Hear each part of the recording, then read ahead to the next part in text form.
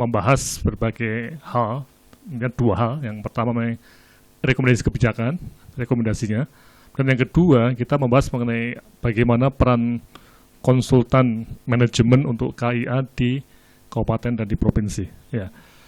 Jadi kalau kita lihat dalam web, coba di yang dari jauh, dari Unpad, dari UGM, dari beberapa tempat yang relay di sini, mohon dibuka pada website kesehatan ibu anak. Ya. Nah, di situ kita ada satu halaman awal ya, di mana kegiatan ini adalah kegiatan seminar paket kebijakan rekomendasi untuk penurunan AGI dan AKB. Nah, ini memang kalau kita lihat, ini merupakan satu rentetan dari kegiatan di Kupang yang awal September bulan lalu. Kemudian diskusi melalui mailing list Destinasi Kesehatan yang berjalan selama kira-kira satu setengah bulan dari 26 September sampai Oktober, dan sebelumnya juga ada informal discussion. Nah, sekarang kita masuk pada paket kebijakannya, ya. Dan besok pagi diikuti dengan workshop untuk pengembangan konsultan manajemen kesehatan ibu dan anak. Jadi ini satu rentetan kegiatan yang cukup panjang, walaupun inisiasinya sudah dimulai sejak kira-kira 4-5 tahun yang lalu, di mana UGM bersama-sama dengan Dinas Kesehatan Provinsi NTT dan juga AUS-Aid, IPMNH itu mengembangkan program Sister Hospital, dan juga kegiatan di DIY mulai 3 tahun yang lalu untuk pengurangan kematian ibu dan bayi. Nah, semua pengalaman ini kita coba rangkum dalam suatu kegiatan yang akhirnya akan menjadi suatu rekomendasi untuk paket kebijakan penurunan KIA dan AGI dan AKB ya, yang ada di kabupaten. Ya, slide berikutnya kita coba klik yang diklik seminar paket itu ya. Jadi kita klik ke sana. Nah, ketika klik hari ini ada satu tor yang bisa kita baca sebagai pengantar di sini. Tadi Pak Hanefi sudah mulai terus ya. Jadi di sini itu ada suatu model berpikir yang memang kalau kita lihat sangat terpicu juga oleh kenyataan yang apakah benar atau salah itu kita belum tahu persis ya, di mana angka kematian ibu berbasis pada SDKI tahun 2012 ternyata menjadi 359 dari 228 di tahun 2007. Nah, ini menarik kalau kita lihat ya. Jadi ada suatu peningkatan yang bisa diperdebatkan apakah betul angka-angka itu, tapi yang penting minimal bahwa kita melihat bahwa ada sesuatu yang mungkin tidak benar atau something is going wrong di dalam program KIA ini. Nah, sehingga kami mencoba untuk melihat ini dalam satu konteks mencari inovasi baru. Ya, slide turun lagi ya. Nah, dalam hal ini coba kita lihat pada kegiatan ya, slide ya. Nah, di sini ada seminar di Jakarta hari ini dan juga workshop di Yogyakarta besok hari ya. Nah, tujuannya kalau kita lihat seminar ini, dan kita bisa nanti klik ke pengantar saya. Coba kita lihat di sini ada ya, terus jadwalnya. Nah, di sini kita lihat ada pengantar ya, klik saya di sini. Nah, dari dua kegiatan ini ada seminar di Jakarta sekarang ini dan juga besok di Jogja. Kita betul-betul mencari inovasi yang baru untuk bagaimana mengurangi kematian ibu dan bayi. Jadi suatu program inovasi. Ya, slide turun. Nah, ini yang tadi kita lihat ya, ini betul mengejutkan kalau kita lihat ya, angka ini ya. Tapi sekali lagi ya, apapun yang terjadi kita harus melihat ke depan ya, bahwa ini sesuatu yang harus kita coba kelola dan sebaik-baiknya. Slide, terus. Nah, jadi, ini pertanyaan yang perlu kita cermati ya, mengapa, dan kita juga melihat apakah kebijakan yang ada saat ini sudah tepat atau tidak, dan ini satu isu yang perlu kita cermati. Slide berikutnya. Ya. Nah, sehingga kalau kita mencoba mencari jawaban mengapa tadi, itu memang ada beberapa hal yang perlu kita lihat ya, bahwa dalam konteks desentralisasi ini kelihatan sekali bahwa penanganan KIA itu belum komprehensif ya. Jadi di kabupaten itu tidak jelas yang disebut sebagai indikator kinerjanya itu apa ya. Jadi angka-angka kematian itu belum dipergunakan sebagai indikator kinerja. Dan ini sejak tahun 2008 kami mencoba terus mempertanyakan mengapa kita tidak menggunakan kematian absolut untuk indikator kinerja program. Ya, slide. Ya. Nah, sehingga kami mencoba untuk melakukan berbagai inovasi, termasuk di NTT dan DIY, dan semua dapat dibaca pada di website Kesehatan Ibu dan Anak dan dibahas di Forum Nasional Kebijakan Kesehatan di Kupang. Ya. Slide berikutnya. Nah, sehingga kalau kita lihat tujuan pertemuan ini, dari meeting hari ini, kita akan mengajak seluruh stakeholders KIA yang ada di Indonesia, di pusat, Bappenas, Kemenkes, di DPR, di Menkesra, nah ini yang menarik, terutama pemerintah provinsi dan kabupaten yang ada di daerah, makanya kita menggunakan live streaming. Kemudian LSM Kesehatan dan Asosiasi Rumah Sakit dan Dinas Kesehatan, Ikatan Profesi, para akademisi, peneliti dan konsultan untuk, nah ini, bisakah kita berpikir ulang mengenai strategi kebijakan untuk mencapai MDG ini? Jadi kita mencoba mempertanyakan apakah kebijakan selama ini sudah tepat atau belum. Slide ya. Nah, karena mengapa? Nah ini yang kita harus betul-betul tegaskan ya. Karena pertama perlu ada perbaikan kebijakan dan perubahan strategi untuk mengurangi kematian ibu dan bayi. Kalau kita lihat angka kematian ibu seperti ini, kalau selama puluhan tahun kita tidak merubah strategi, nah ini jangan-jangan kita jadi bangsa yang tidak belajar dari data, ya. Jadi kita jangan sampai debat mengenai angka tadi berlarut. Nah, kita mencoba untuk melihat ke depan dan mari kita masuk pada inovasi-inovasi yang kita pelajari dari masa lalu. Ya, slide terus. Nah, ini perlu didukung. Nah, ini yang menarik ya. Ketika kita bicara ke depan, kami melihat bahwa perlu ada semacam ketersediaan tim konsultan manajemen KI yang membantu Dinkes kesehatan di provinsi atau kabupaten kota dan juga Kemenkes untuk membantu menurunkan kematian ibu dan bayi. Nah, mengapa nih? Ini saya satu hal yang sangat sederhana. Kalau di PU ya, untuk membuat jembatan yang begitu sederhana ya, atau begitu standar tadi ya, itu oleh hukum harus ada konsultan perencana dan konsultan pengawas. Nah, untuk program kesehatan masyarakat yang sangat kompleks seperti KIA, ini mengapa tidak ada seperti di PU?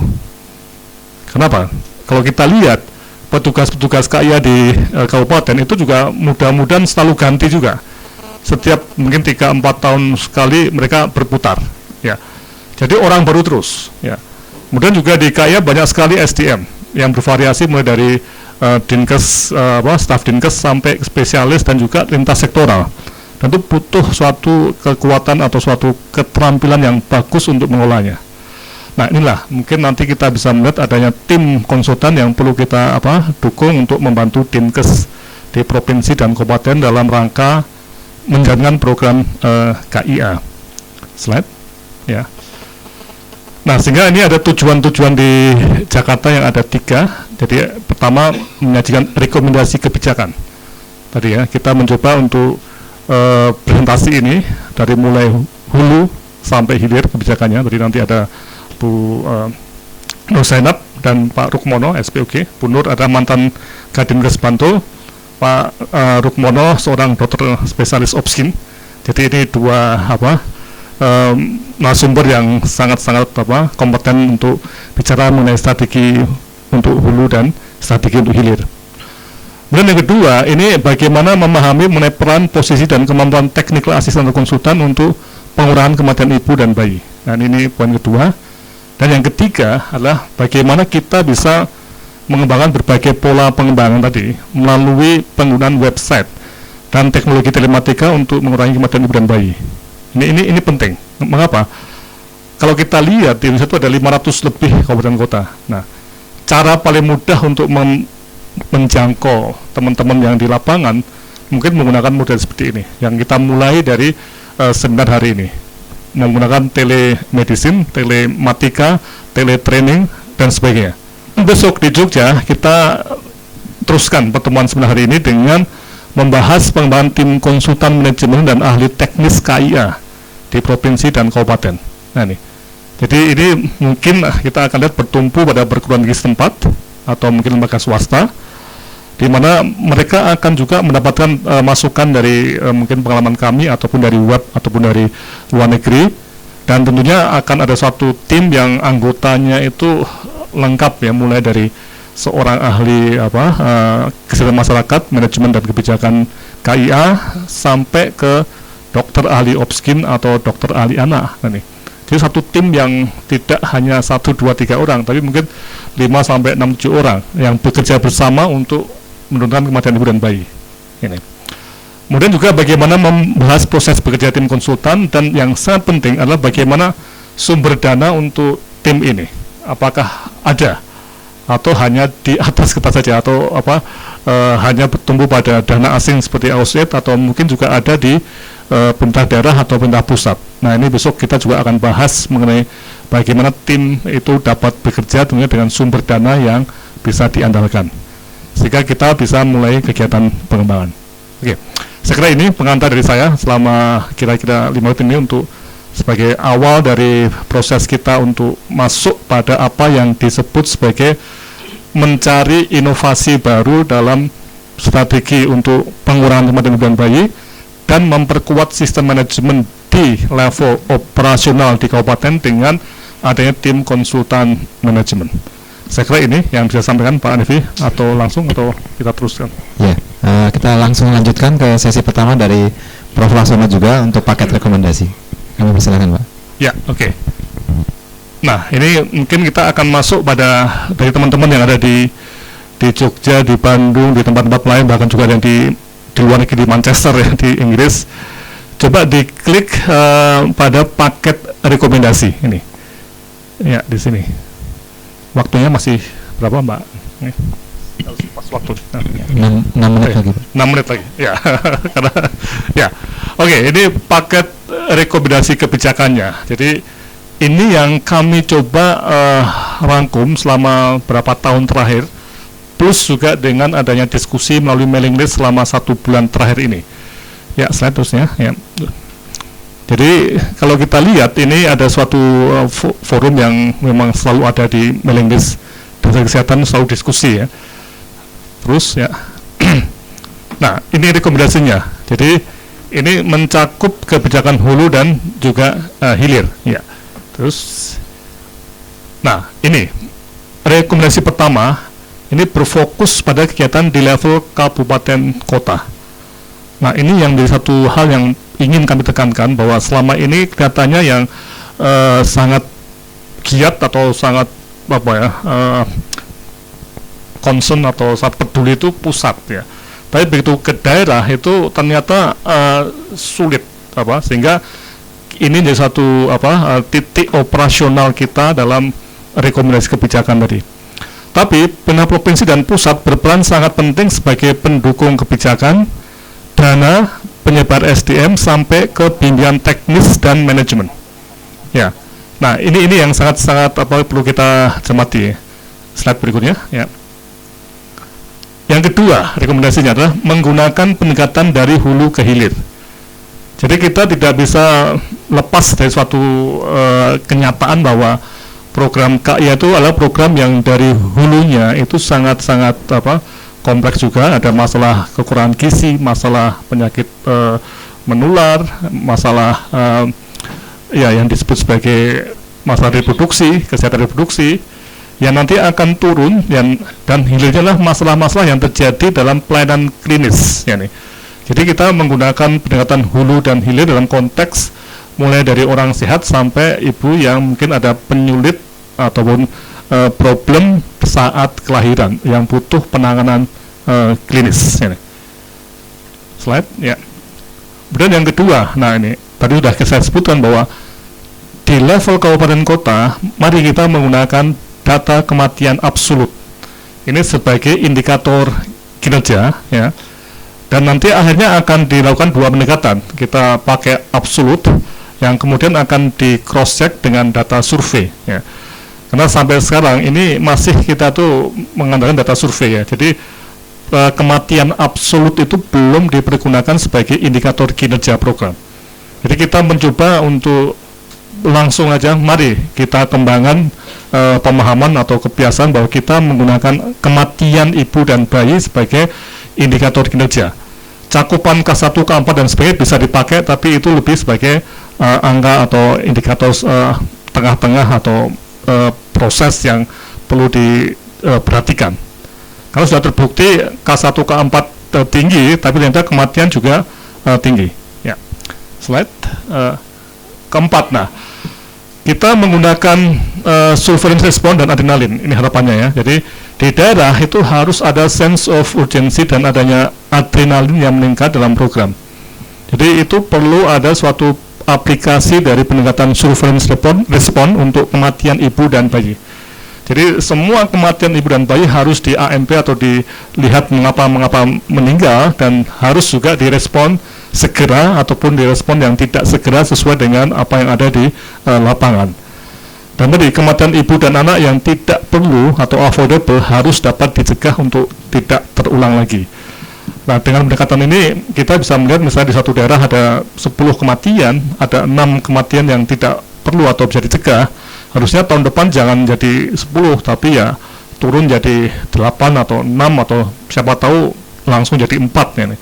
Nah, ini maksudnya seperti itu. Jadi kita akan menggunakan data AMP untuk perbaikan, untuk respon. Slide.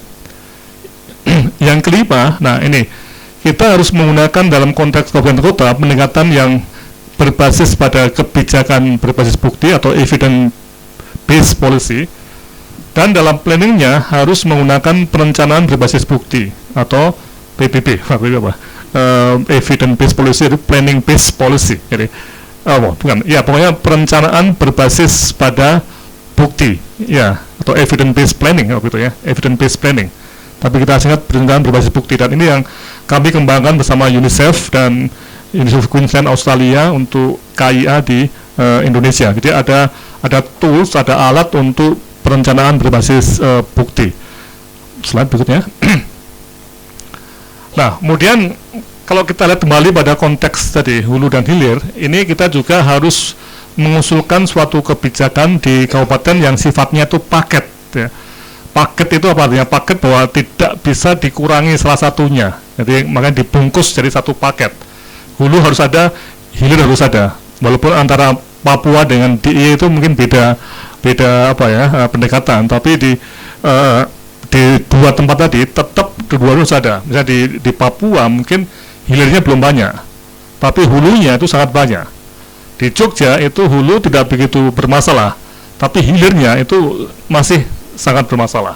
Jadi ini yang kita sebut sebagai pendekatan paket, yang bisa tidak hanya dari kebijakan dinas kesehatan di hilir atau rumah sakit, tapi juga kebijakan Bapeda atau kebijakan dinas pangan dan gizi atau Pemda yang lainnya di hulunya. Jadi ini yang kita sebut sebagai paket. Slide berikutnya. Ya. Nah, memang akan terjadi perbedaan antar kabupaten kota nih.